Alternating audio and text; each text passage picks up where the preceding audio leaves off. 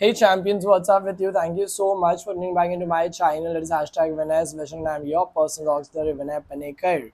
Today in this video, we are going to learn poem appreciation. ये poem appreciation मैं आपको बता दूं, आपको 5 marks ना ही सिर्फ 10th के बोर्ड एग्जाम में बट आपको आगे वाले 12th के बोर्ड एग्जाम में भी दिलाने में मदद करेगा. टोटल 5 marks आपको मिलेंगे ये poem appreciation को जानने से.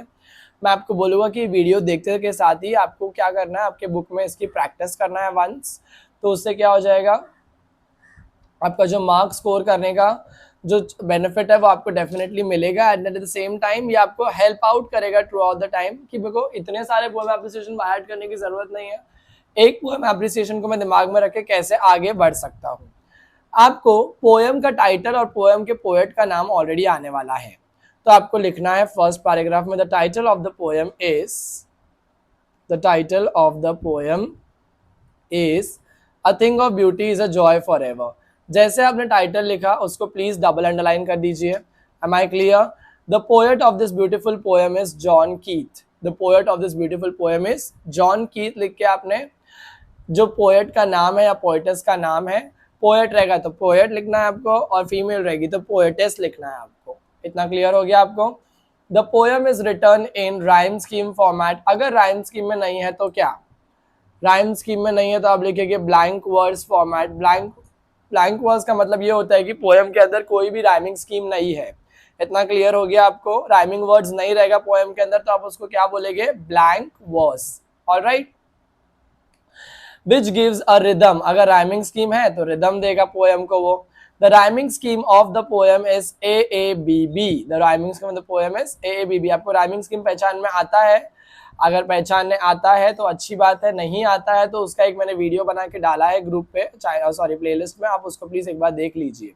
Alright. The rhyming words in the poem are as follows. आपको एटलीस्ट 5 पैर्स लिखना है राइमिंग वर्ड के. मैंने यहाँ पे 4 पैर लिख के एक्सेट्रा दिया है, आपको 5 पैर लिखना है क्योंकि जिससे वजह से आपका जो पोएम एप्रिसिएशन थोड़ा सा बड़ा दिखे. Am I clear? There are many figure of speech in this poem that gives this beautiful poem a musical effect. All right. Figure of speech क्या करेंगे, पोएम को म्यूजिकल इफेक्ट देते हैं, पोएटिक इफेक्ट भी देते हैं. तो हम लोगों ने यहाँ पे लिखा है the most common figure of speech is alliteration. Alright. In the line some shapes of beauty away the pall. मतलब आपको the most common figure of speech हर पोएम में एलिट्रेशन और रेपिटेशन रहता ही है. आप एलिट्रेशन के साथ में चलोगे. इनिशियल लेटर आपको क्या है वो लिखना है यहाँ पर. ऑलराइट. और क्यों रिपीट हुआ है, पोएटिक इफेक्ट के लिए. The poem also have many figure of speech like personification, metaphor, simile and epigram. आपको पता रहना चाहिए कि हर पोएम में कौन से फिगर ऑफ स्पीच यूज हुए हैं. जैसे कि ये वाले पोएम में ओनोमोटोपिया यूज नहीं हुआ है, ट्रांसफर्ड एपिथेट यूज नहीं हुआ है, बट एक यूनिक फिगर ऑफ स्पीच जो है वो है एपिग्राम यूज हुआ है.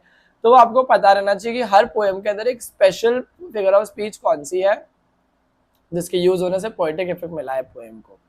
Alright. My favourite line in the poem are.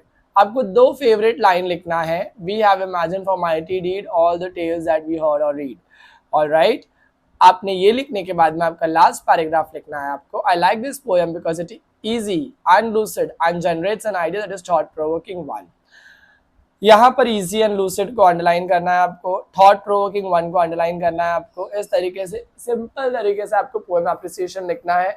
आप ऐसा पोएम एप्रिसिएशन कहाँ पे भी लिख सकते हो, कौन से भी पोएम का लिख सकते हो. आपको बस पता रहना चाहिए फिगर ऑफ स्पीच क्या है उसके अंदर, और पोएटिस का और पोएट का नाम. अगर क्या पता बाय चांस नहीं दे दे, वैसे तो देते हैं उन लोग, तो आपको थोड़ा सा उसको दिमाग में रखना है. और इसी के साथ में आप ये पर 5 में से 5 मार्क का कंटेंट क्या कर सकते हो, स्कोर कर सकते हो. आई होप आपको ये पोएम एप्रिसिएशन का वीडियो बहुत इजीली समझ में आ रहेगा. ग्रामर वीडियो एक्सेट्रा वो सब मैं भी डालने वाला हूँ. तो उसके लिए अगर आपने अब तक चैनल को सब्सक्राइब